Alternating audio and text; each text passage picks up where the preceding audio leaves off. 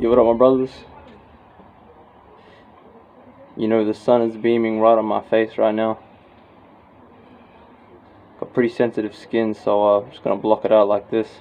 Sorry if you can't really see my eyes. And got a lot of kids playing around today at the park. You know, so if you hear the kids screaming, dude, I can't do much about that. You know, they're not even wearing masks, bro. You know, around the area I live in, you know, people are dying in numerous amount of numbers with this virus thing. Not that I believe it, but still, bro, take precaution, man. Anyway, welcome, guys. Firstly, thank you to all the new people who have subscribed to the channel. You know, I have a couple videos to get out today. I'm going to do an audio recording later today, but today, now we're out in the beautiful sun. It's a beautiful day today, so I just thought to get this out to you guys. So, you know, none of my videos are scripted, dude. So I'll try to get my thoughts together and try to say what I need to say. So the first thing, dude, the first thing I want to talk about today is going to be the story of the Prophet Joseph, peace be upon him. So in my religion, we believe God sent people, God sent messengers to the earth. God made people, amongst them prophets, and to deliver a message. Okay? So you may have heard of Adam, you know, Isaac, Joseph, Noah, I think I already said Noah, Abraham. You know, these guys are all prophets. God made them prophets to deliver a message, like a messenger. Peace be upon them all. And because God couldn't come down himself, because that is unlike God.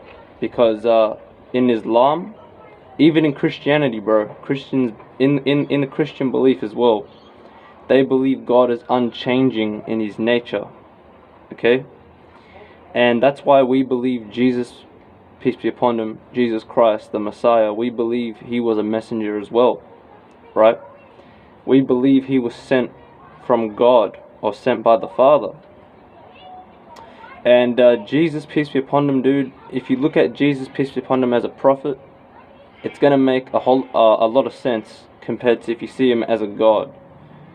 Right? Just put the glasses on as if you were a prophet, and it will make 100% sense. You put the glasses on that he's a God, and everything gets confused. And this is where Islam and Christianity differ. But anyway, I'm not saying that all Christian people are bad, and I agree with everything Jesus taught himself, peace be upon him. Jesus himself, everything he taught. But anyway, so God sent his messengers and his prophets down to deliver a message, and one of those messengers was Joseph. Okay, Prophet Joseph, or in Islam we call him Yusuf. Okay, so Prophet Yusuf was the best looking man, was the best looking prophet. Okay, he was absolutely beautiful, and in looks wise he was very, very appealing. Okay, in lack of better words, dude, he was really, really attractive. Alright, so God really structured his face to what's very aesthetically appealing to us. Anyway, bro, so it was a really handsome one of the most handsome looking prophet. Even though all of them were beautiful, he was the most handsome. And you know, if you read the Quran, I'm not sure if this says it in the Bible, but if you read in the Quran, he was so beautiful that when he would walk in, the woman would be cutting the fruit. And when they were cutting the fruit, they cut through their fingers just by looking at him. So when they saw him walk in, the women who were cutting the fruit, right, they were cutting their fingers, through their fingers with the knife, at how beautiful he was. They were just in awe. Okay? I'm not sure what the story is in the Bible, but this is the story in the Quran. So, I don't know the story completely. You have to read the Quran. There's a story in the Quran about Prophet Joseph, peace be upon him, but I don't have it out in front of me, so I can't tell you what happened exactly. But basically, bro, Prophet Joseph, peace be upon him, was in the same room as the king's wife.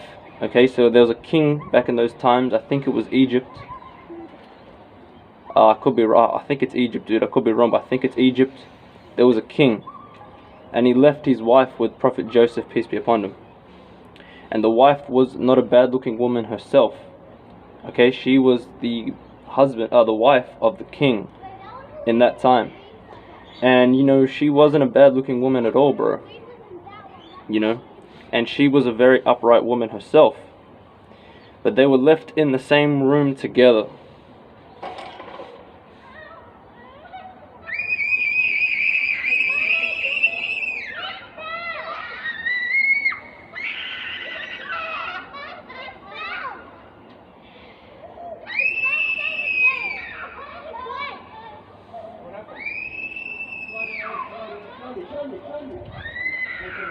Yeah, dude, a little kid just fell off his bike right now. He'll be alright, man. He'll be alright.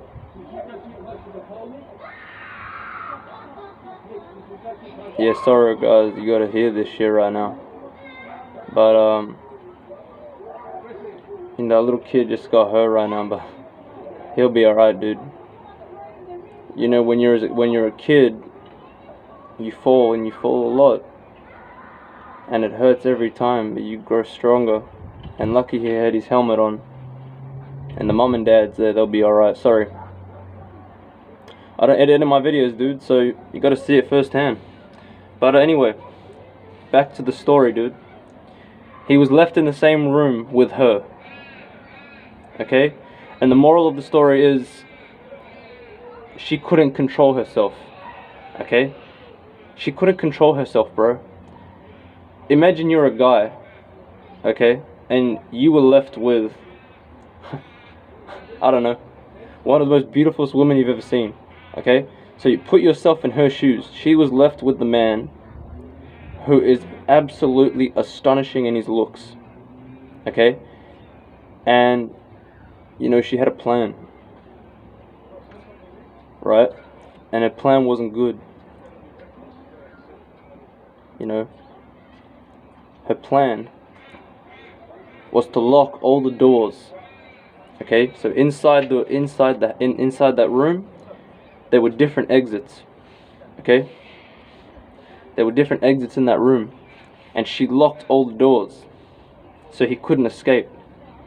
Okay, she was trying to pursue him. She was trying to, I don't want to say sexually assault, but she was trying to be intimate with him. She was trying to take advantage of him. And, lack of better words, dude, against his permission, she was trying to not rape him, but she wanted to pursue this guy, okay, without his permission, alright? And she couldn't control herself, so she locked all the doors. And, you know, Prophet Joseph, peace be upon him, he's stressing out. He's a prophet of God. Okay? He's a holy man. He's not gonna go ahead with this. He's on his mission. He's following what God told him to do. He's not gonna go ahead and be intimate with this person who he's not married to, and who she's married to another man. So he's not gonna go ahead with this. You understand? So he started seeking refuge from God, right? And as she went, she was chasing him, okay? She was chasing him. And he was running, dude. I want you to imagine this. The woman was chasing Joseph, Prophet Joseph, peace be upon him, and he was running really, really fast. Okay? And when he got to a point, I think he was at the door, or he was running. Okay? As he was running, the woman grabbed his shirt from the back and ripped the shirt from the back, so he had tears in the back of his shirt. Maybe it was a weak material, but she grabbed onto the shirt. He kept running. She ripped the shirt from his back, and he asked God to help him. I seek refuge from this. He was running from this dude. Okay? And then God opened the doors. All the doors opened one by one as he was running out. God, that was a miracle that the doors opened by themselves. God saved him. Then the king came back. The king came back. And he's like, what the hell's going on? Now, he didn't say that, but he was like, that was his expression. He's like, what's going on here? And as we all know, it's always the man who's looked to first with a scenario like this. So they were put to trial. The king made a decision. He said, if Prophet Joseph, peace be upon him, had tears at the front, it means he was the pursuer. He was the attacker. But if he had tears at the back, then she's the attacker and she was the pursuer. And he had tears at the back, which basically means he had his back turned and she teared it out. If he was the attacker, he would be facing her like this and the tears would be here. So God saved him. But the moral of the story is, dude, he was a prophet of God, peace be upon him. He was on a mission. He had his morals. He stuck by them, even if he had to run away from this woman. He didn't want to fall into this. He ran, and God saved him. What does this tell you, dude? What does this tell you? If a woman really wants to, because she thinks you're attractive or she has something you want, she will act the same, she'll act the same, if not worse, than how a man would react. And you can see it firsthand, and afterwards she was ashamed of what she did. She felt ashamed, but she couldn't help herself. Because remember, when you're in the room with two people, man and a woman, the third person is the devil. That's what we are taught in our religion. And this is a beautiful story in the Quran that God has showed to us. That when a man and a woman are together, and you know that one of them is very sexually appealing, beautiful, handsome, you know what I mean? Whether it's the man or the woman, you know, the devil's going to be there. The devil's going to be there, always trying to tempt you. You know what I mean? So this was a great moral story. I'm sorry this was a slow video, bro. I hope you watched it this far. If you want to know exactly what the story was, go read the Quran. I will leave the chapter in the Quran of the story. It's a brilliant story and a great moral example for us men. You know what I mean? What does this show you here, dude? The greater prize isn't with her. The greater prize isn't fulfilling your lust. The greater prize is fulfilling God's commandments to you and pleasing Him. That's where the prize is. The prize is in actual heaven, not the heaven in this world. So go read the story of Joseph, dude. I'm sorry this was a long video, almost 15 minutes, bro. You know, shit happened. But I hope you guys understood this and you can take something away from this. I will leave the chapter of which the story is in the Quran. I hope you guys check it out. Thank you so much once again to all the new subscribers, and I'll catch you guys in the next one.